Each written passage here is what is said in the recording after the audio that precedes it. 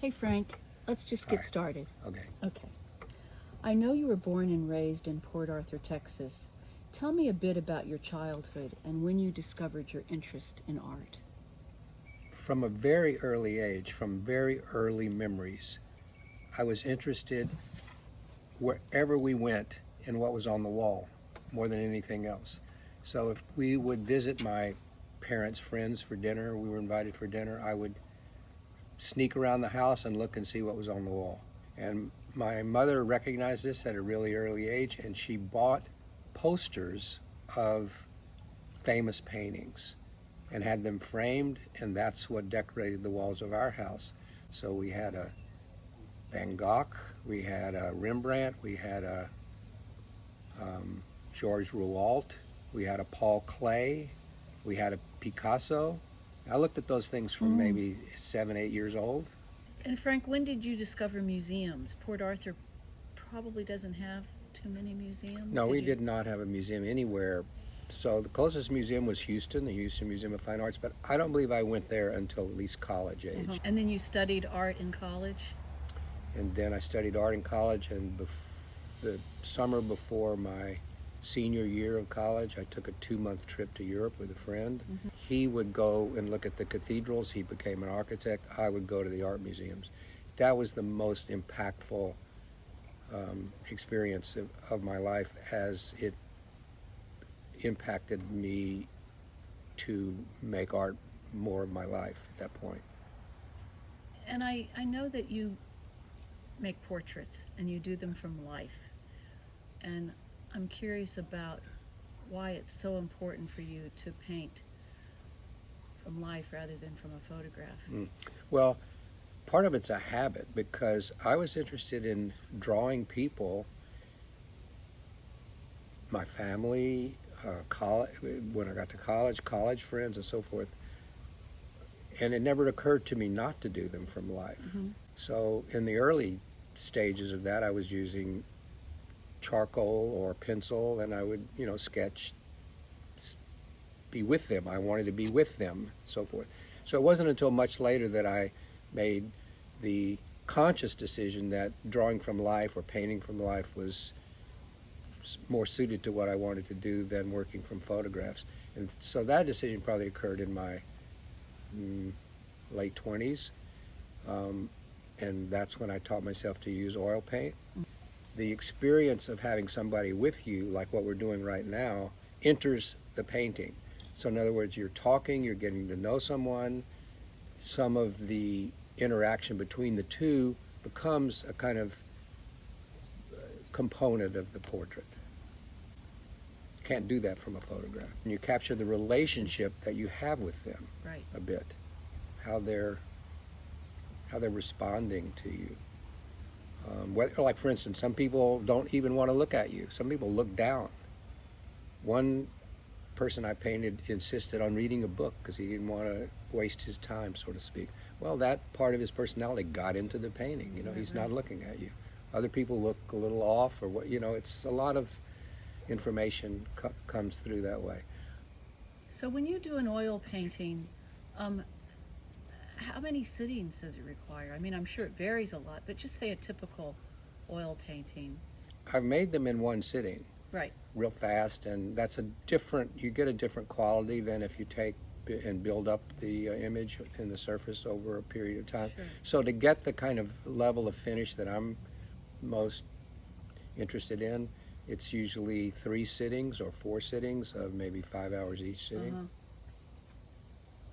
And now I know that you do narrative painting, Mm-hmm. and that is not from life.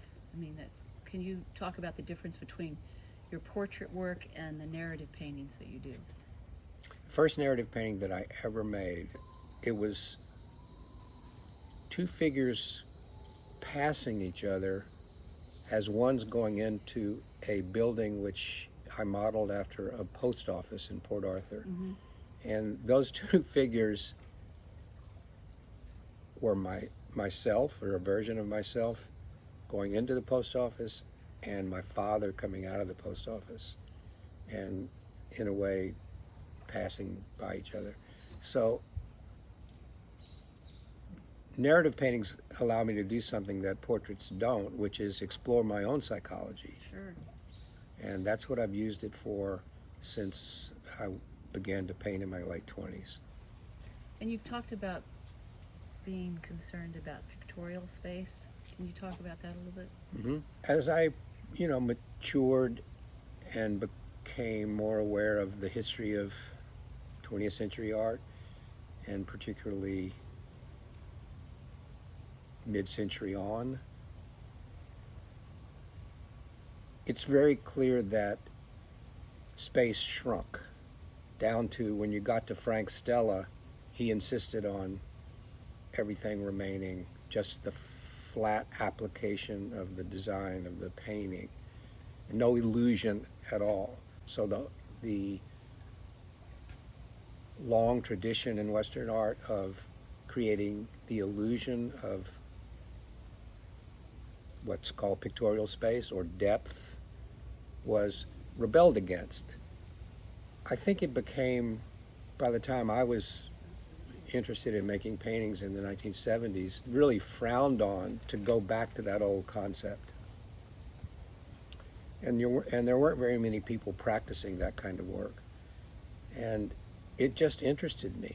I was always interested in, like, the beginning of the Renaissance. If you start with those, like, the fathers of Renaissance painting, Masaccio at one point, but even before him, Duccio and Giotto, and they were feeling their way into how can we create, like, the illusion of something that you observe in real life. How do we make a building? How do we make a people walking down a street? How do we create, So I was really interested in all that, and I've stayed interested in it. If you can enter the painting, the illusion, and go back and back and back, further back, there's a message of, like, expansion to that.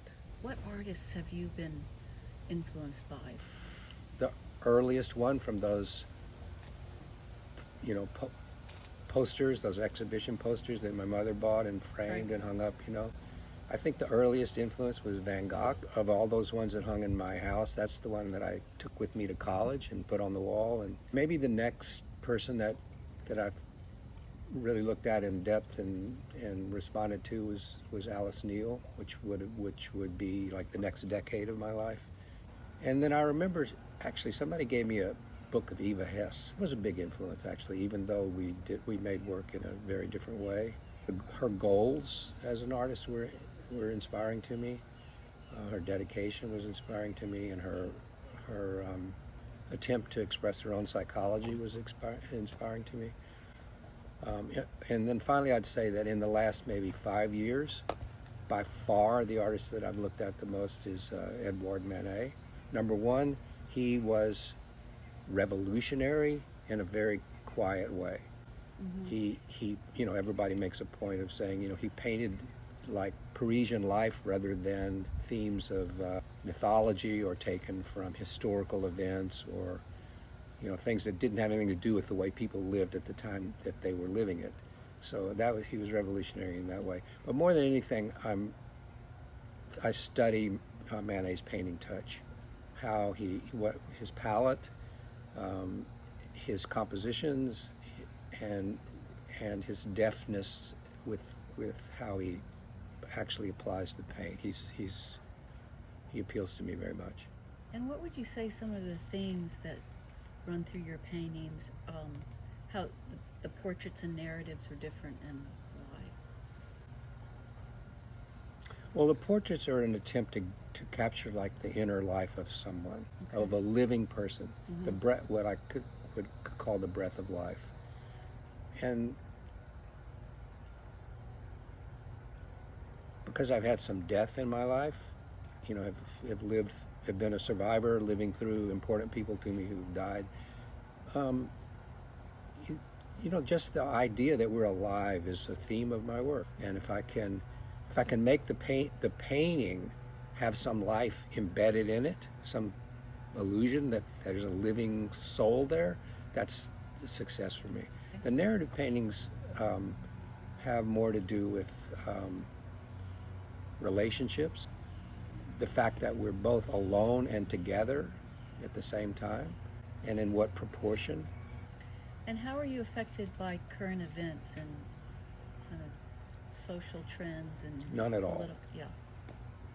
I think the things that interested me most to, try to manifest to some degree in a painting are things that are universal, beyond the age that you're living in. Do you think your narratives ask questions? In the late 1990s, early 2000s, I was making a lot of paintings, and I think those paintings, I don't know if I was consciously trying to avoid an explicit narrative, but I think they do avoid an explicit narrative. They're an ambiguous narrative.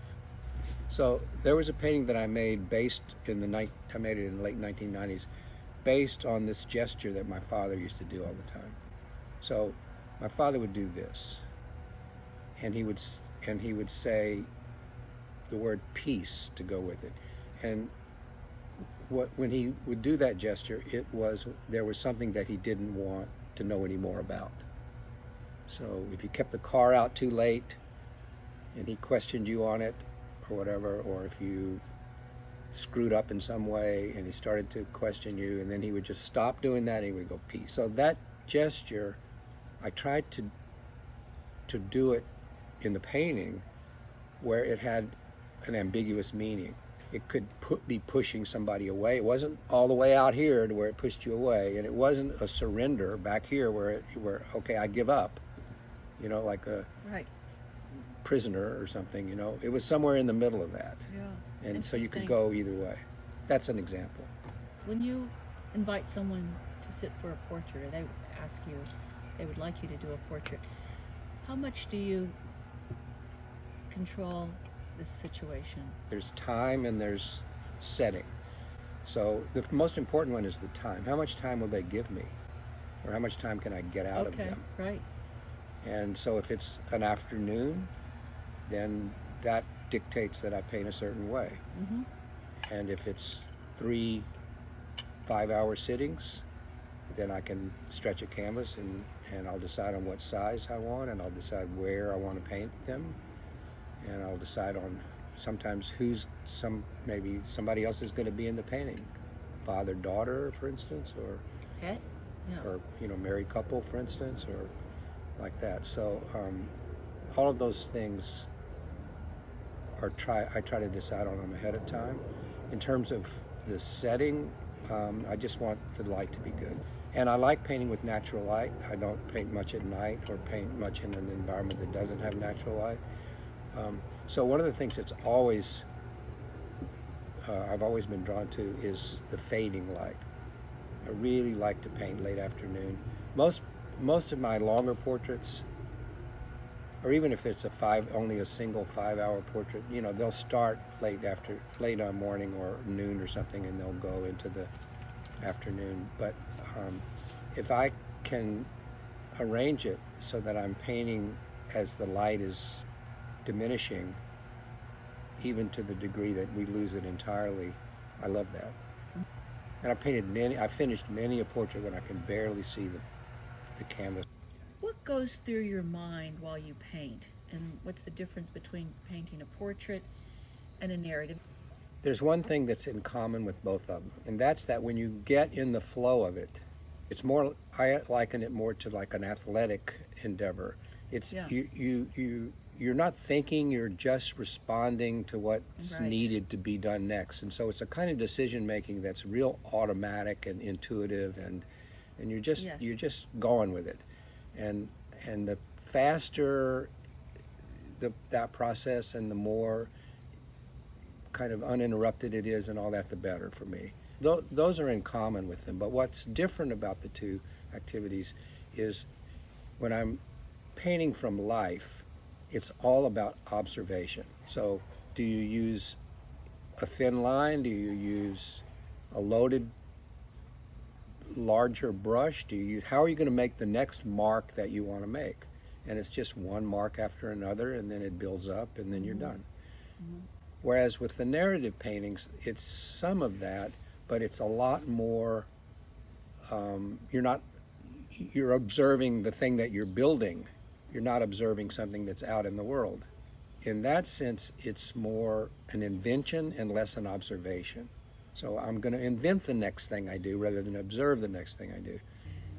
And it sounds like very often you start a narrative painting without even having an idea, not even thinking about one of the themes that you're concerned with or thinking about a dream, but you just go to the blank piece of paper or canvas and just start and let. Is that true? And That let was definitely true during that fertile period of time between 1997 and 2004-5. Oh, During that whole period of time, I was almost a rule. I did not want to make a narrative painting from something I'd already thought of. okay. I only wanted to see what would come out, But since I did that period of time, nowadays they usually either respond to something I can kind of see clearly in my mind ahead of time or an event. I'm just thinking about how you, if you work through problems that you're having in your life in terms of just what's happening in the world. I asked you that question earlier about current events and your concerns about political situations and social systems that are breaking down and all the problems in the world right now. How do you process that through your painting if you do?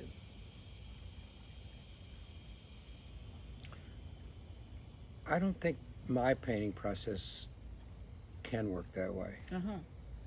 And even if there's like a terrible event, like, okay, for instance, I did make a painting. The only time that I specifically made a painting responding to an event was 9/11. And I did specifically, I made 3 attempts at the same painting, basically. I made 3 canvases. And in that case, it was just, I don't know, it affected my friends so much who lived in New York, and it affected the world so much.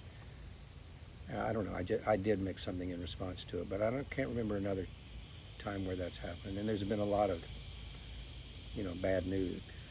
Well, you've been doing figurative painting all these years, and so obviously we've seen points from your 20s until now where figurative painting goes in and out of popularity, and right now there's a resurgence that we could say across the board, really, in the visual arts and figurative painting. What do you think that's about? Can you talk about that, or?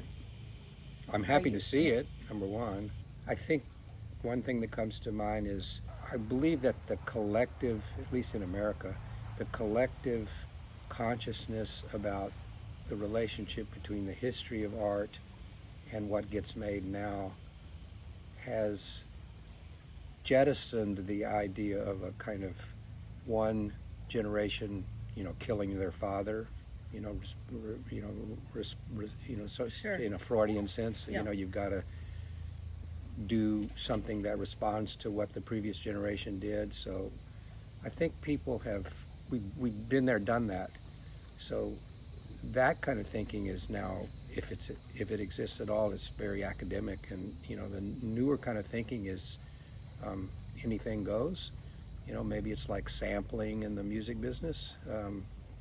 People like Amy Sillman put some figuration in her painting and some abstraction in her painting, and it's just now, and so I think now young people are really having to. They're really interested in psychology.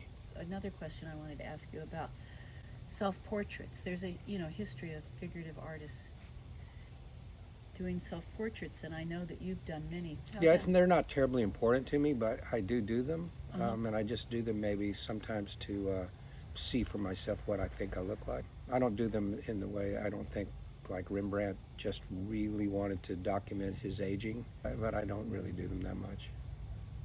I've done them in every decade of my life, but they're not. It's not like I do them over and over. What do you think time has to do with your painting? Well, okay, so philosophically, it's a fascinating subject, because time is such a mystery. It's so fluid. Its memory is such a, like how our brain deals with memory, and so just as a person, time is very interesting. If you make narrative paintings, the action that's going on in that is frozen in the painting, or even in a portrait. You know, a portrait, you experience in a portrait, you experience the buildup of the construction of the painting is all there. It may not be at the final surface that you've created, but the time that it took from the beginning to the end is all embedded in that image. So there's time in that. In a narrative painting, sure, there's time in the painting. There's the time that it took to make the painting. But at the same time, the narrative itself contains a different kind of time, because there's the action that's going on at that moment. Let's just say one figure is looking at another figure, and that figure is turning away and rejecting them, let's say, or beginning to reject them, let's say. So there's yearning with one figure, and there's kind of a turning away with the other figure or something. Well, that implies something that happened before the frozen action of the narrative, and something that's going to happen after the frozen action of the narrative. Also, like, let's say it's a certain time, you know, there's always going to be a certain time of day. I mentioned earlier that kind of dusk, the light of the dusk. I often paint these paintings, the background, the light in the background of the painting is dusk. So that implies time too. Like, you know, 30 minutes from now it's going to be dark. So there's a kind of a backstory that where time is a element of the narrative painting and of the buildup of the portrait. So Frank, what was it like being Jewish in Port Arthur, Texas, growing up and being surrounded by Southern Baptists? Port Arthur was a strange mix of religious conservatism. There were so many different Baptist sects of Baptist churches, for instance, and then there were the other Presbyterian and Methodist, and there were a lot of churches. A lot, you know, people were very religious in Port Arthur, but it was a mix of that. And the history of Port Arthur was that it was a wild seaport, gambling, prostitution, you know, everything that went with a seaport. So there was also an undercurrent in Port Arthur of anything goes. And people were very, oddly enough, even though it was religious, people went to church and they were very religious, and they practiced their religion actively.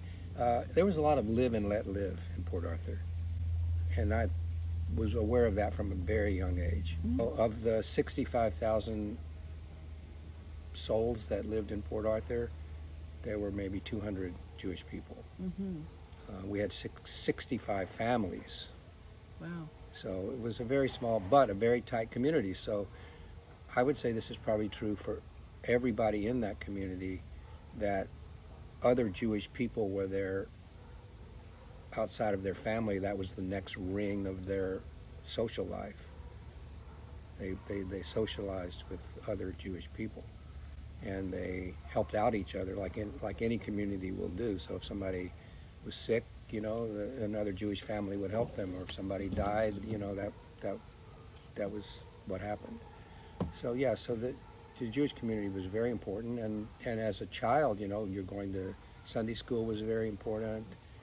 You know, your religious education. My family saw to it that even though they weren't terribly religious practicing people, they saw to it that, you know, my brothers and I, our education included a religious education. In almost any middle-sized or large city in the South at that period of time, Jews went through the process of assimilation.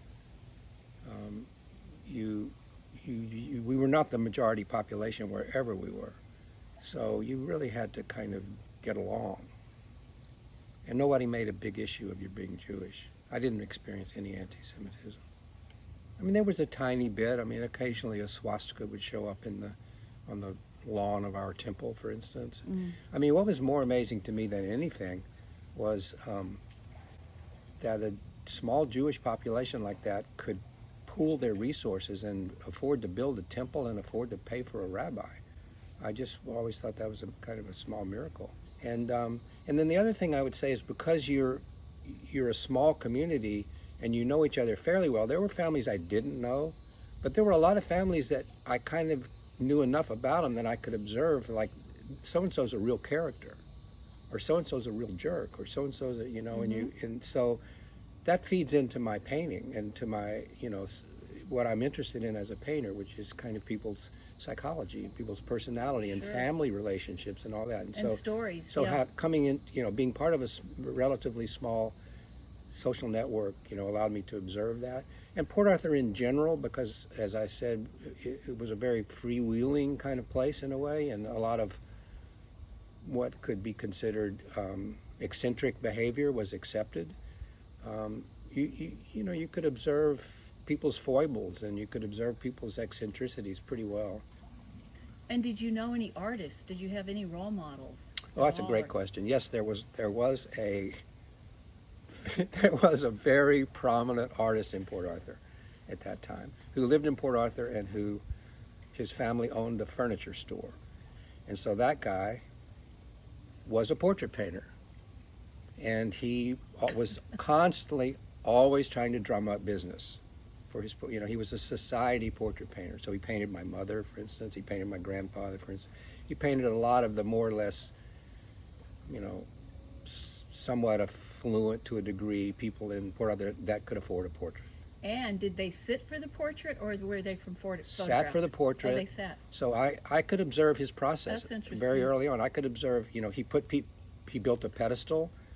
He always painted standing. I went and watched him paint, and he had artificial lighting set up, and he put you sat in a chair up on a pedestal, so you were at pretty much eye level. He almost always painted you from the waist up, and usually with some kind of gesture, maybe holding a cigarette or something like that. He'd been trained at the School of the Art Institute of Chicago, so everybody thought he was, kind of hot shit because he had this out-of-town training and stuff, came back to Port, and he was the epitome of somebody's idea of an artist. He was a flashy dresser, and and their furniture store gave him enough money that he drove around in a red Cadillac, had a beautiful wife, but he was a lousy painter, and I knew he was a lousy painter from an early age. But he was the painter in Port Arthur, and then all of the people that were like my parents' friends and stuff, kind of behind his back, were a tiny bit disrespectful. But I was never I never in my own mind was disrespectful of him, because I knew, it wasn't easy to do what he was doing. Yeah. He was the town painter. I mean, I didn't become aware of like some famous people from Port Arthur until later. I became aware of Robert Rauschenberg probably in my late 20s. I was not aware of him as a child. And he was your mother's age? Yeah, he and my mother graduated from high school the same year. I remember looking at a yearbook. Robert Rauschenberg was president of the high school. My grandfather, my mother's father, relates that Robert, he was called Milton at the time, was over at their house almost every afternoon so my mother could help him with his homework. And they used to double date. Robert Rauschenberg was friends with one of my mother's friends and vice versa, and so they would have double dates, and they were good pals. Apparently they were good pals. But then my mother passed away just about the time that Rauschenberg became famous. So I never talked about Rauschenberg with my mother, unfortunately. Oh, that's a shame. But when Rauschenberg would come back to be feted at there were a couple times where they gave him dinners and honored him and stuff like that. He always wanted to sit next to my grandfather. Oh, that's touching. Yeah.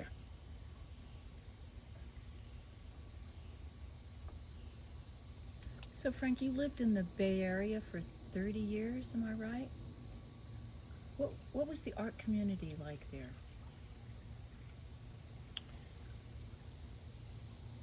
I think most people had their network because it was affiliated with either where they taught or where they had gone to school. So there were 4 important schools. There was the Art Institute of Chicago. The San Francisco Art Institute. Yeah. There was what today is CCA, California College of the Arts. There's Mills College, which was important, and there's University of California at Berkeley. Those were the main schools. Can you think of another? No. So I think those were the main ones. So even as far back as, so when I first arrived in the Bay Area and started looking around for the history of Bay Area art, obviously your mind goes, because of the books and because of their fame, your mind goes to the Bay Area figurative painters.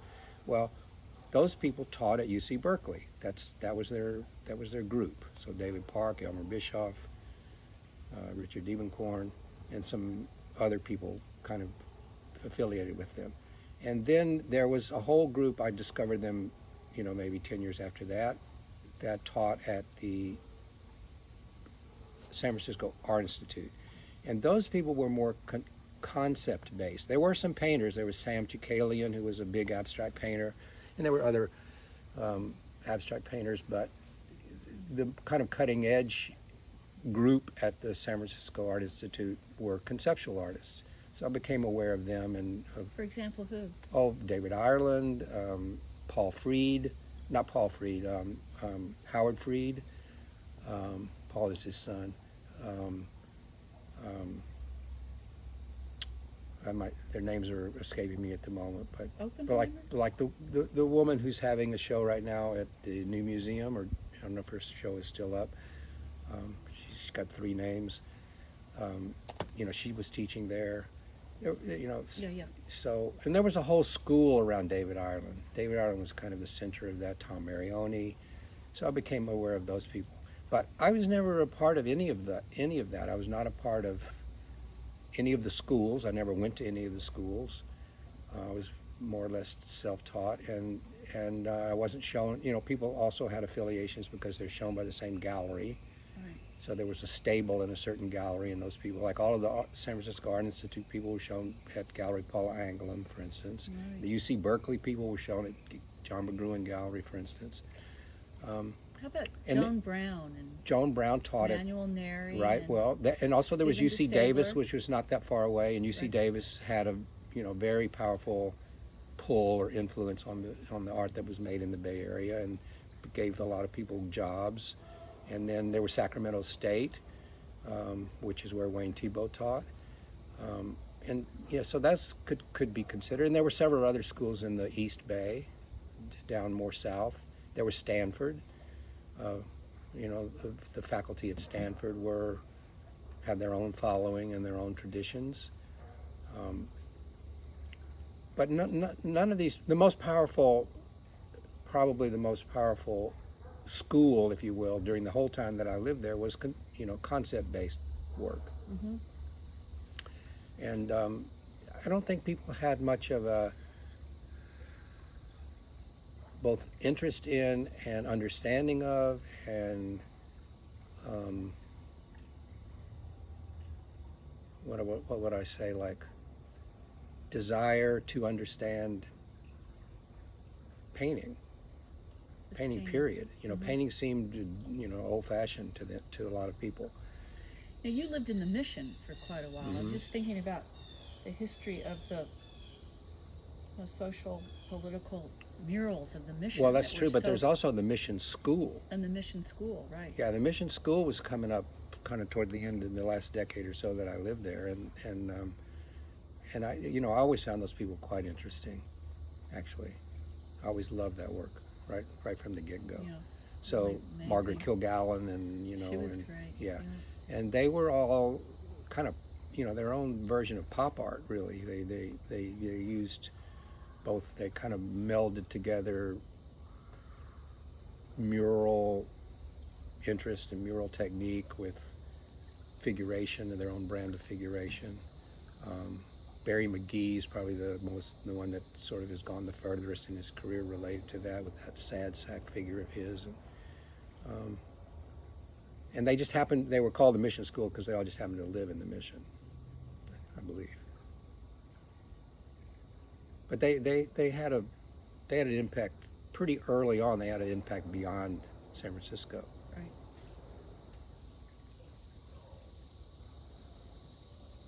So your move to New York City How did that change your? Yeah, no, I knew right away. I mean, I knew the whole time I was living in the Bay Area. I knew that painting was always a part of the practice in New York, and figurative painting never died. So in the early '80s, when I just was young, living in San Francisco, there was all of that group of figurative painters that made a mark for figurative painting, and there was a lot of discussion around them and history of them and all that, but that never made it to the Bay Area. But it made it to my consciousness, so I knew that it was still alive. There were still ways to do it. I was also a bit influenced actually by the painting that was going on in Japan. Right. So You traveled to Japan several times. yeah, I've traveled to Japan several times, and then also I have to say that Crown Point Press Mm-hmm. brought in artists from all over the world to make Mhm. prints there, including this one Japanese figurative painter. Can't remember his name at the moment, but I always had a kinship with his work, and then I always was able to observe, the woman who founded and ran Crown Point Press, Catherine Brown, for all those years, was terrific at identifying people that were going to be important and bringing them there even before they got important. So I remember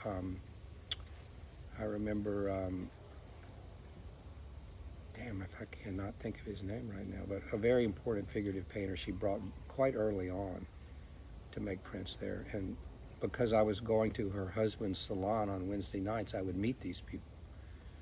And that was interesting.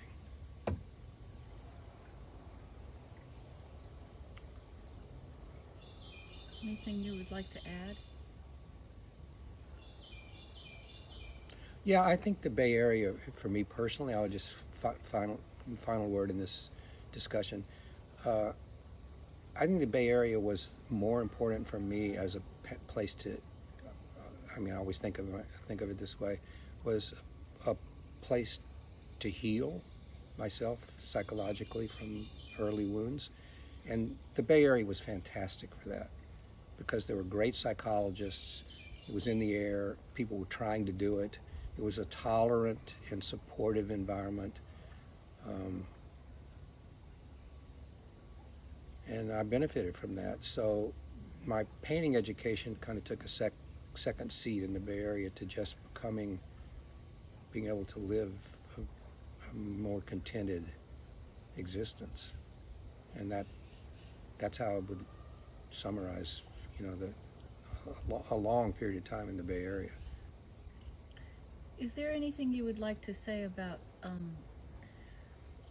the painting that you did called Generation? Well, it was a big effort, so that was interesting, just to try to take on something that required. So ambitious. Yeah, it was ambitious, and it also required quite a bit of technical help.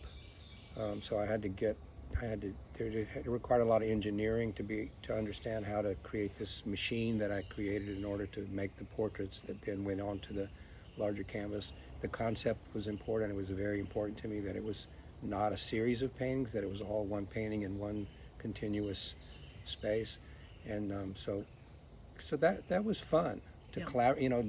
I will say this: doing a collaboration with somebody, and it was just one guy basically that helped me with the whole thing, start to finish, the technical part of it. And he was really, really smart and good with his hands. He was, a good welder and good engineer, and so that was fun. I probably would like to do another collaboration maybe someday again. It was fun to do a collaboration.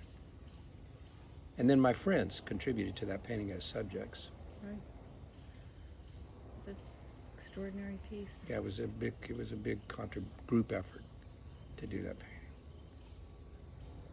Well, thank you.